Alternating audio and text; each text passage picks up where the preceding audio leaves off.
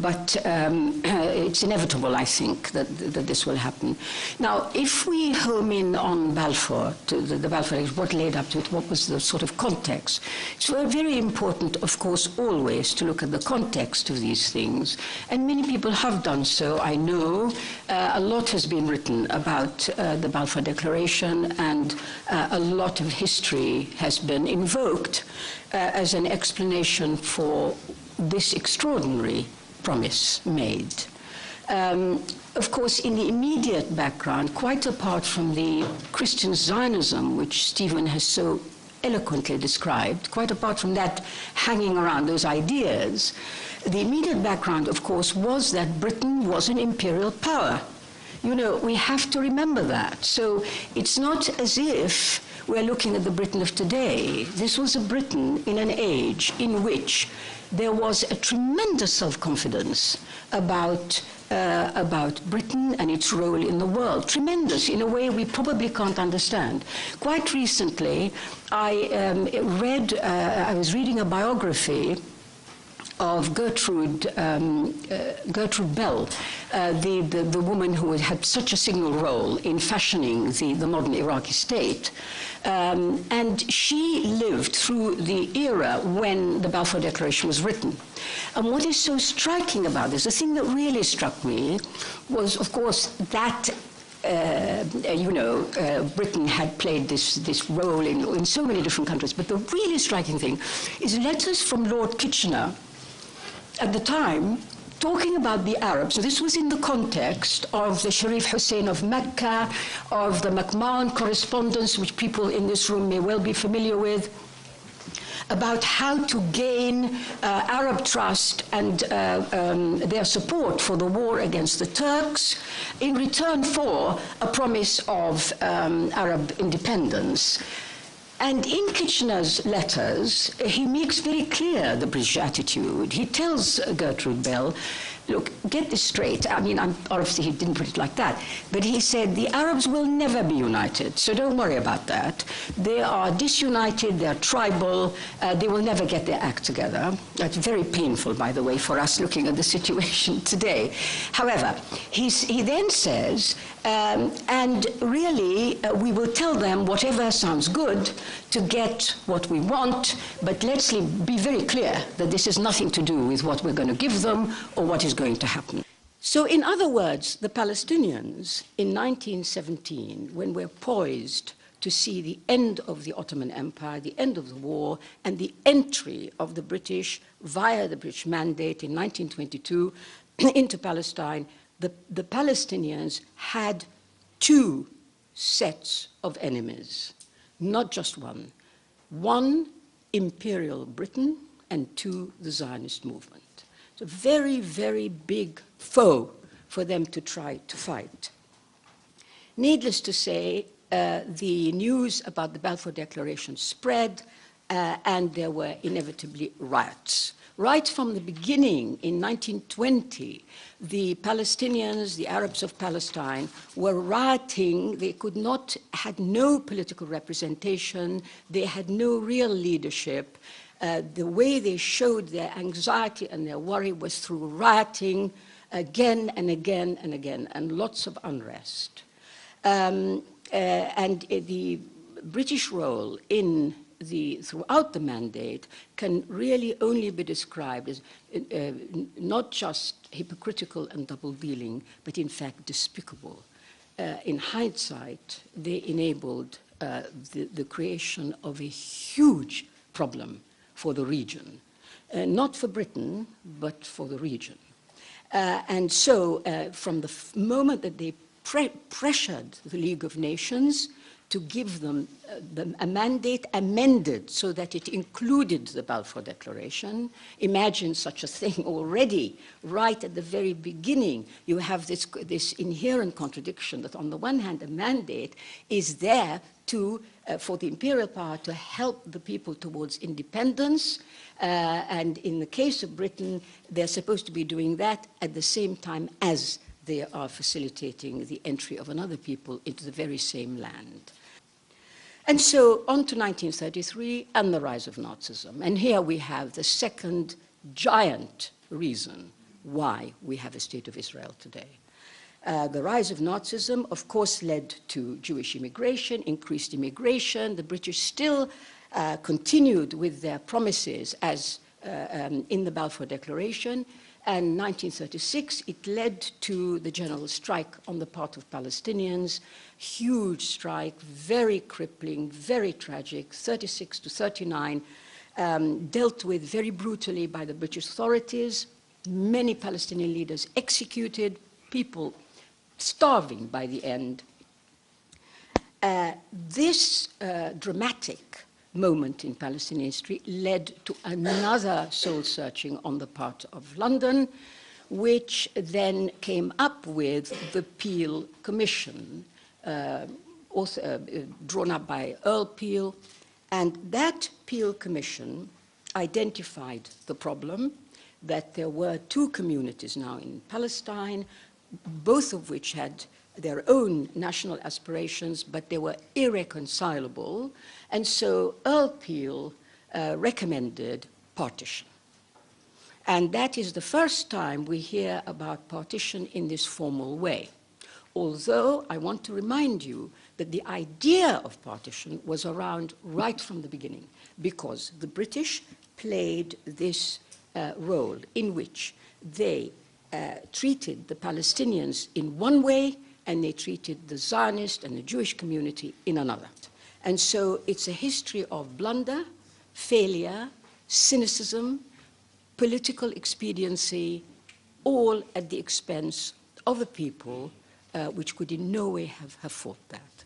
And I just want to draw attention to the fact, something that I've always thought was very important in this. And although I really very much appreciate Dr. Hassassian's description of Palestinians as not a sort of backward people, in fact, the reality is most of Palestine's population was agricultural.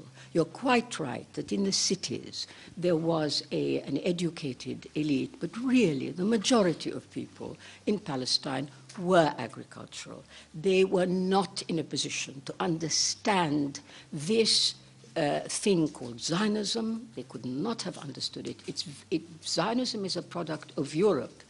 It's a highly complex, difficult idea, which it's taken many people to wrestle with, to understand its roots and so on. No way could a Palestinian population with a completely unsophisticated, mostly illiterate and uneducated, could they have possibly coped with understanding what was this force that had invaded them. And that, I think, is terribly sad. I think the British knew it, and they are all the more culpable for having brought in a movement which was far, far more advanced and developed than they were at the time. Thank you.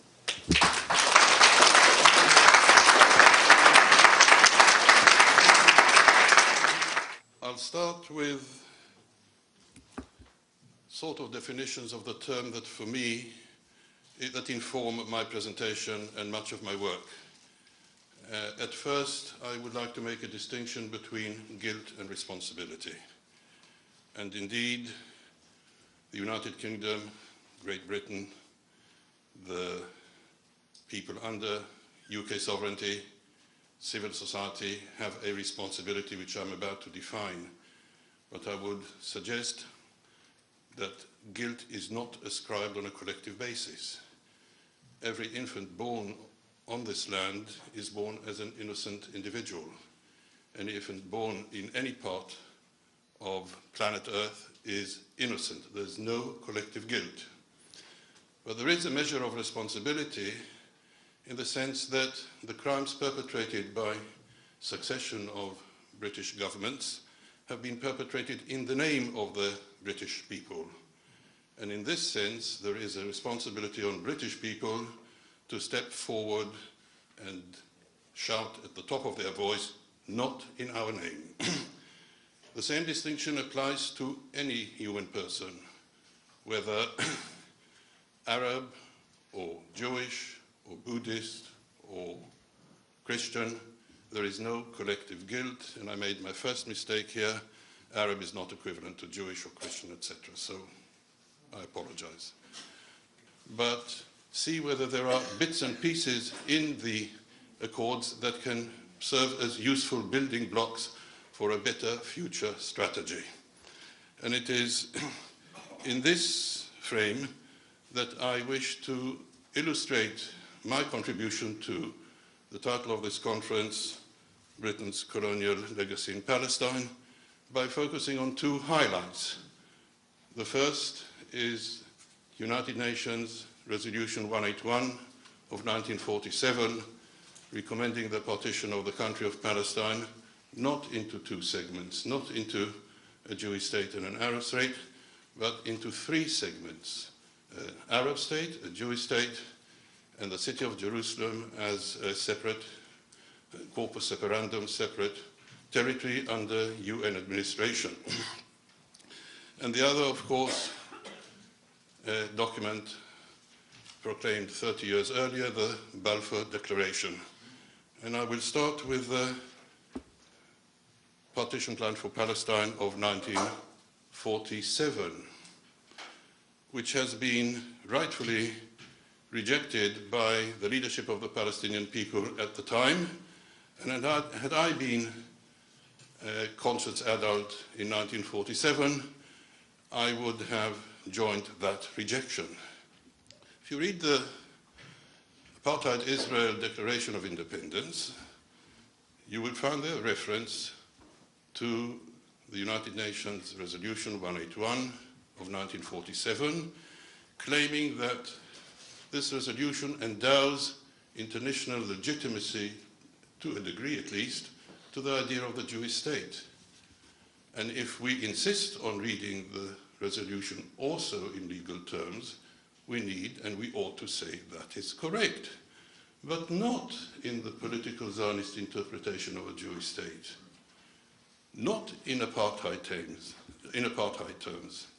The resolution allows a measure of international regulation to the idea of a Jewish state, first of all, only in the 1947 borders as delineated in that resolution. Secondly, as a binational state.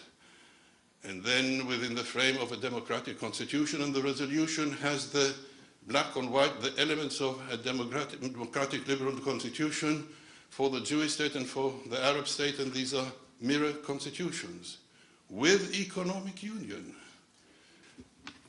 I will refer to the Balfour Declaration a bit with a tongue in cheek, because I want to suggest that given the incremental advance of Palestine solidarity and the resistance of the Palestinian people, we can, or at least I can, conceive of a future situation where the leadership of the Palestinian people can take the Balfour Declaration, change it at critical points, and use it to the advantage of the Palestinian people. Again, taking the declaration as formulated and not necessarily as interpreted for political Zionist purposes, for apartheid purposes, for purpose of perpetrating international crimes. Dated November 2nd, 2033. Well, if I'm given another 20 years, I may witness it. I'm 70 this year. Dear Secretary General, I have much pleasure in conveying to you, on behalf of a federal government of Socialist Democratic Republic of Palestine, the following declaration of sympathy with the aspiration of the Palestinian Hebrew people, which have been submitted to and approved by the Palestinian federal government.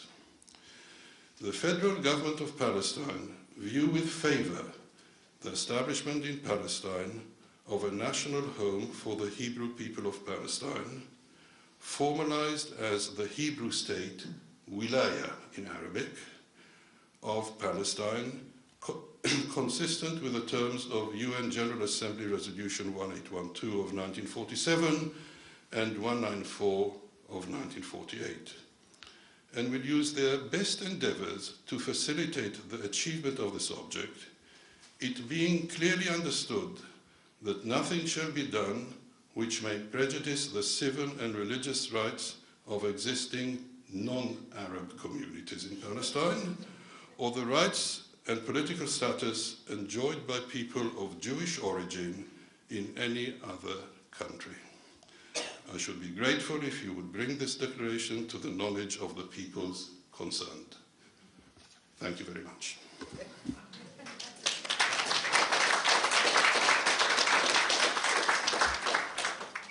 First, I'll start with my story a bit to tell you who I am and why I'm here. My background is in journalism. I don't happen to be Jewish or Muslim or Arab.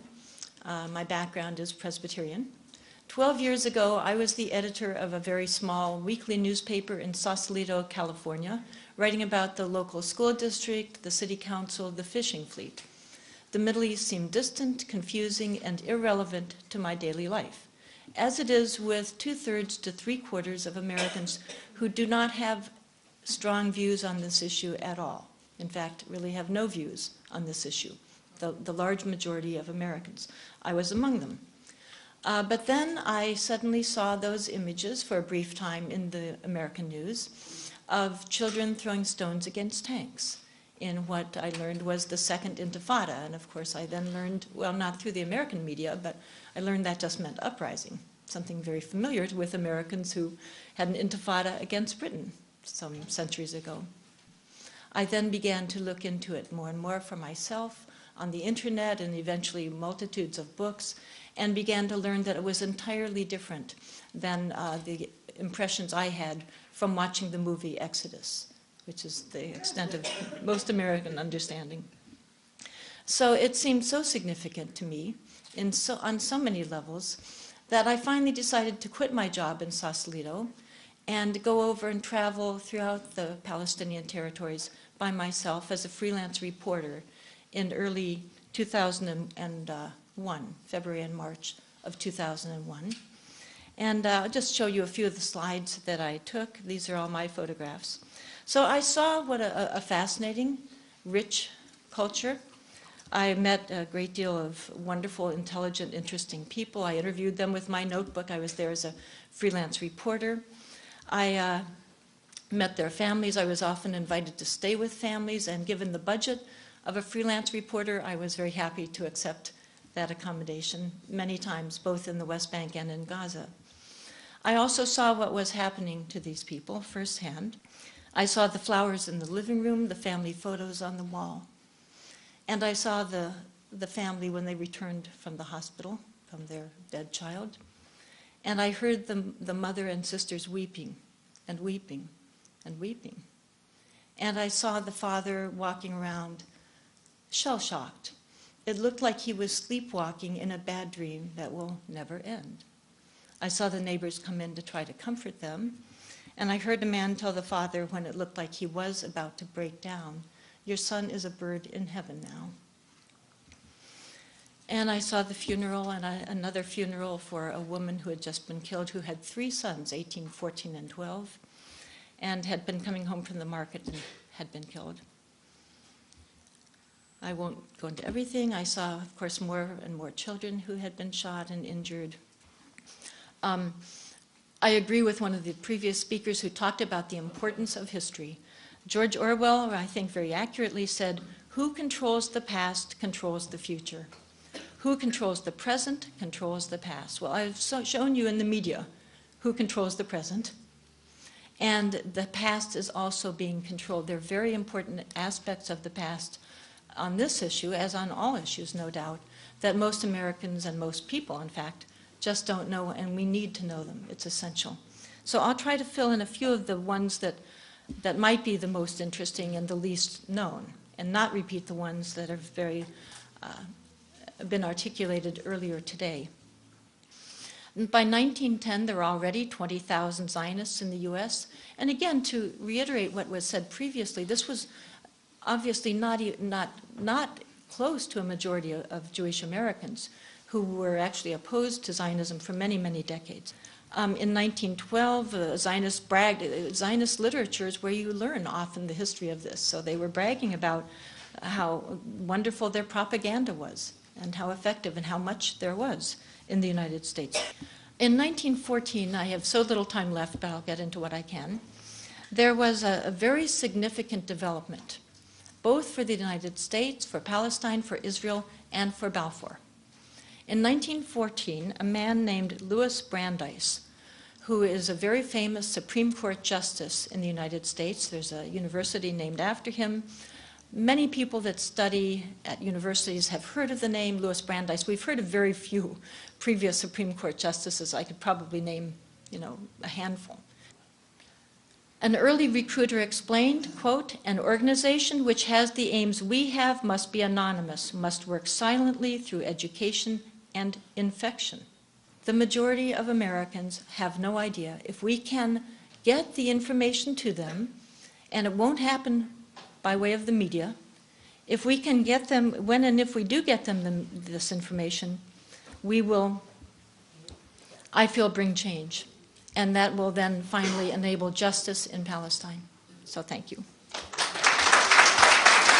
It traces its roots back to the 19th century when a group of Christians in Britain began to speculate about the end of the world, the place of the Jews within God's purposes. And they had a strong conviction that it was their destiny to assist the Jews to come to recognize Jesus as their Messiah, but also return them to their historic homeland before Jesus could come back. It became known as Christian Zionism, as increasingly Christians in America got behind Zionism as a political movement.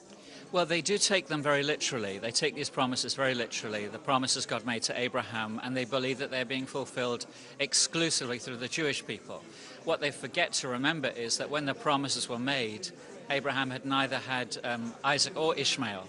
And so from our perspective, we would read those same scriptures and see, yes, the promises were fulfilled through all of his children, not just his Jewish children. But I believe that Christian Zionists read the Bible in an incorrect way. They distort the Bible by taking promises that are 3,000–4,000 years old and applying them today without interpreting them in the light of Jesus' teaching and his apostles. Jesus teaches that we should treat everyone the same, that everyone has the need for food, for clothing, somewhere to live, and therefore it's immoral and it's wrong that we prejudice one people group, the Palestinians, and favor another, the Jewish people. We should treat both peoples the same, and be a force for reconciliation rather than division. How we apply the Bible to a political situation today needs sensitivity, and any religion or theological view that is dogmatic and favors one people group against another is inconsistent. It undermines the teaching of the New Testament, which teaches us to have compassion for the poor, for widows, for orphans, for the stranger, and to treat those who recognize Jesus as our brothers and sisters. Therefore, if that's our overriding understanding of our responsibility to one another, then when we apply them politically, we can't favor one people group over against another. So either we support the two-state solution with Palestine as an independent, sovereign state alongside Israel, or we recognize Jews and Palestinians as citizens of one state, be it Israel, Palestine, or whatever. But the present political system, which prejudices Palestinians, that exclusively takes that land and gives it to the Jews or to Zionists, is not sustainable theologically for Christians or politically, as we see today. It's when the Palestinian uprising began about 12 years ago, and I saw that in the news, I began to think, well, I'll try to understand Israel-Palestine and follow the news on this issue. And I quickly noticed how one-sided the news seemed to be, that it was really almost always about Israel and from the Israeli point of view, and we rarely got the Palestinian information. So that got me more and more curious. I looked into it more and more, and eventually I went over there and traveled as a freelance reporter by myself to just see for myself what was going on. Well, the trouble is most Americans, of course, Palestine's far away, and so they rely on the media to give us the information. And some people will try to read various newspapers and magazines and maybe watch various news reports on television, and they're doing their job to try to get the information. The news media are not doing their job because both the liberal media and the conservative media are doing a very poor job of giving the full story about Israel-Palestine.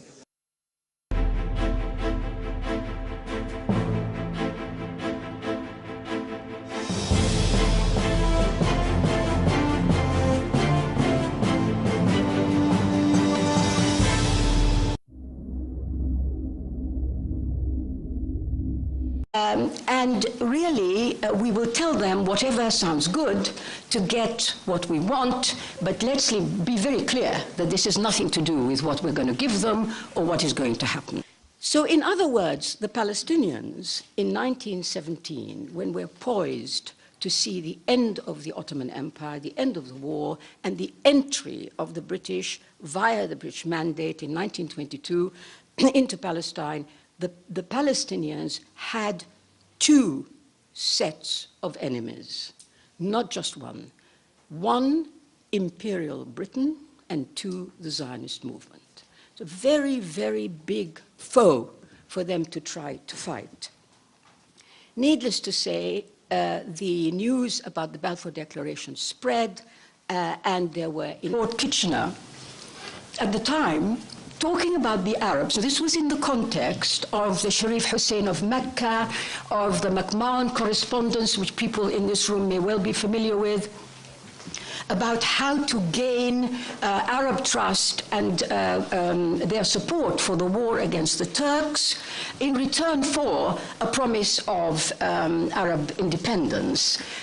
And in Kitchener's letters, he makes very clear the British attitude. He tells Gertrude Bell, look, get this straight. I mean, obviously he didn't put it like that, but he said the Arabs will never be united, so don't worry about that.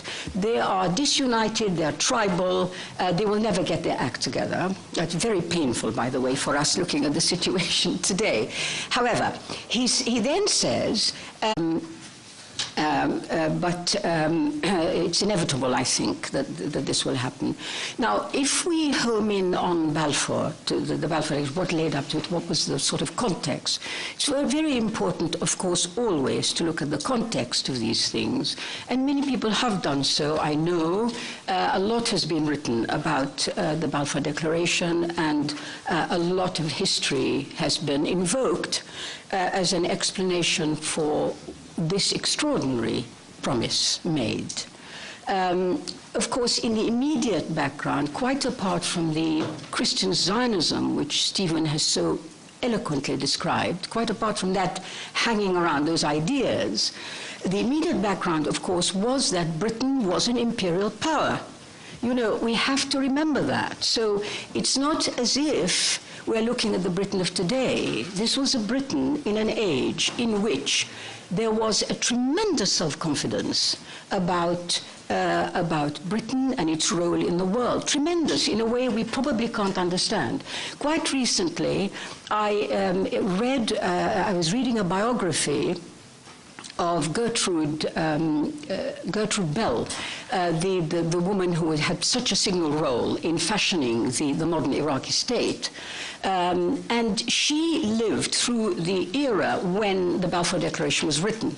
And what is so striking about this, the thing that really struck me was, of course, that Britain had played this role in so many different countries. But the really striking thing is letters from inevitably riots. Right from the beginning, in 1920, the Palestinians, the Arabs of Palestine, were rioting. They had no political representation. They had no real leadership. The way they showed their anxiety and their worry was through rioting, again and again and again, and lots of unrest. And the British role throughout the mandate can really only be described as not just hypocritical and double-dealing, but in fact despicable. In hindsight, they enabled the creation of a huge problem for the region. Not for Britain, but for the region. And so from the moment that